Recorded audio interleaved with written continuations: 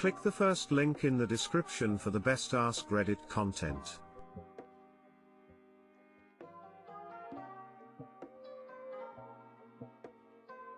Today I fucked up not changing my address. Every month or so I order all the needed supplies for my 2 dogs and 3 cats from Chewy. It usually ranges in between $100 and $140 per order. So last week I order my supplies and wait. It seemed to be taking a little longer than normal, but there was a holiday weekend so I didn't worry too much. I was at work and got the email on Tuesday that it was delivered. Yay.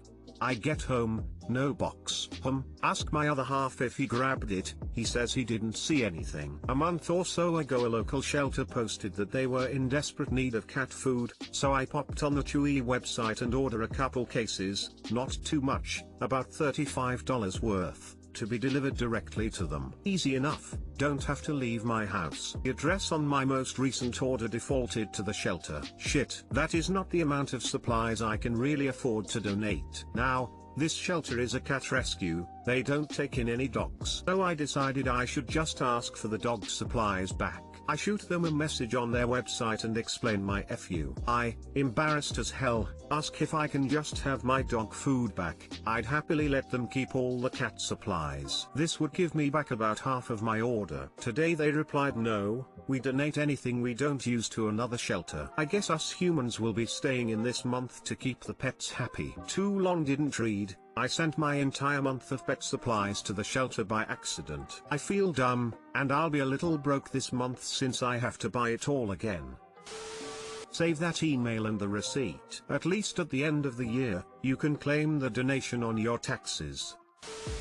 Honestly, call Chewy and explain the situation. They are downright amazing and I can guarantee will 100% send you a new order for free. They are that wonderful of a company. They totally are amazing. I love their customer service team. I thought about it, but it isn't their fault, and they have been really good to me in the past. Don't want to be a pain in the ass. You know what would be so cool? If someone who works at Chewy saw this post and reached out to Op and wanted to replace the order for free. I would do that. Especially if Op is placing that same order every month. Do something super nice for a repeat customer. Also, let's just heave a sigh of relief that you didn't end up shipping your dildos or fleshlights to them. Smile.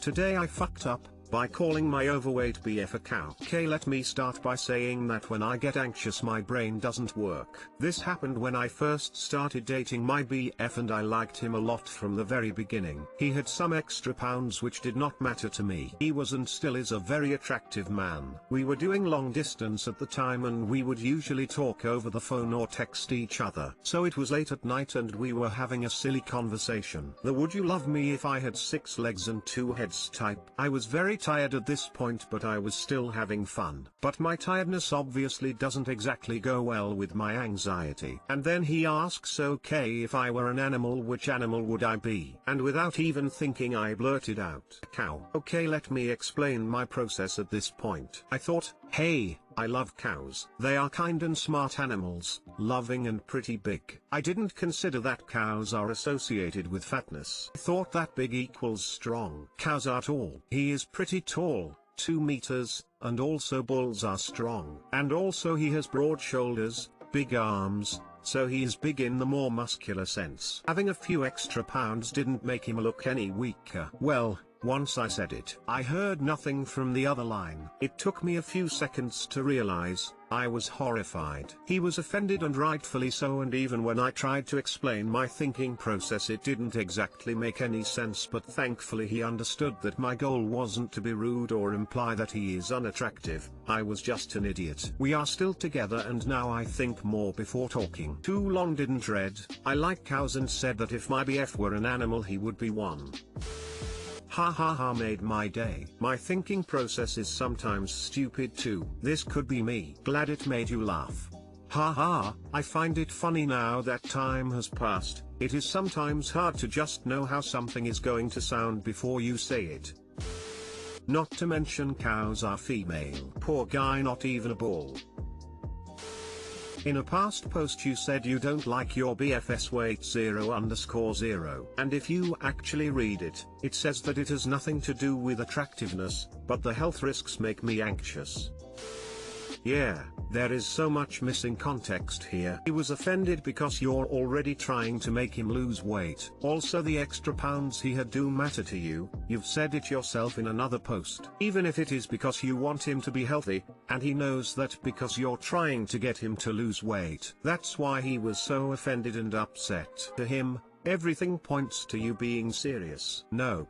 But seeing it that way makes sense. So when we began dating it didn't matter, I never mentioned his weight. The whole incident happened in the beginning. After dating though, I realized that we were both gradually putting on weight. That realization made me upset since I felt like I should be supporting him and promoting a healthier lifestyle instead of enabling both of us. I made that post months after the cow incident. His weight started to matter because his health was slowly worsening and it made me anxious.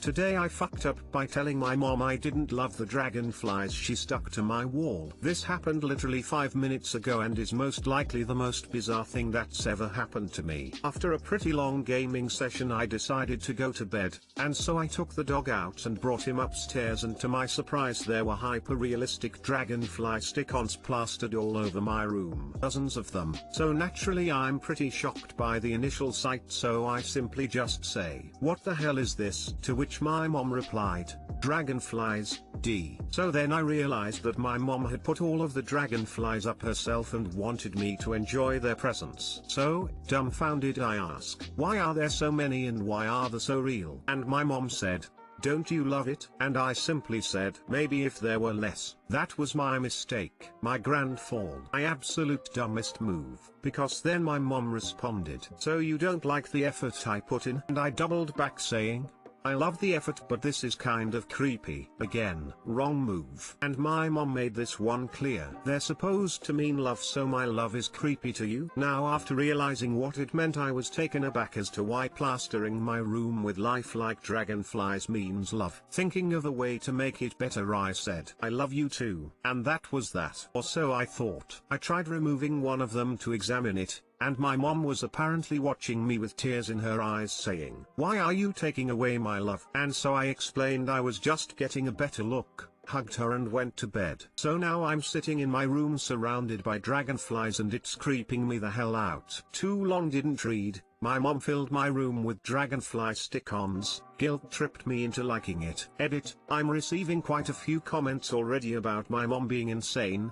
and the best thing I can say to that is that while she may be going insane, I still love her and this is very out of the norm and a one-off little project. Her reaction is not normal at all, flushed face. Sounds a bit manic in behavior, but to reach out for love is exactly that. Maybe she's feeling a bit unappreciated and overacting on said feeling. You'll know. Spending some time with her might answer your quandary if you pay enough attention. Sounds like my BPD ass where I am desperate to show my kid love and get it wrong. Poor your mum. And poor you too, with the creepies, pensive face. BPD was also my first thought. If she was your GF and not mother, everyone would be screaming red flag at the top of their lungs. Food for thought.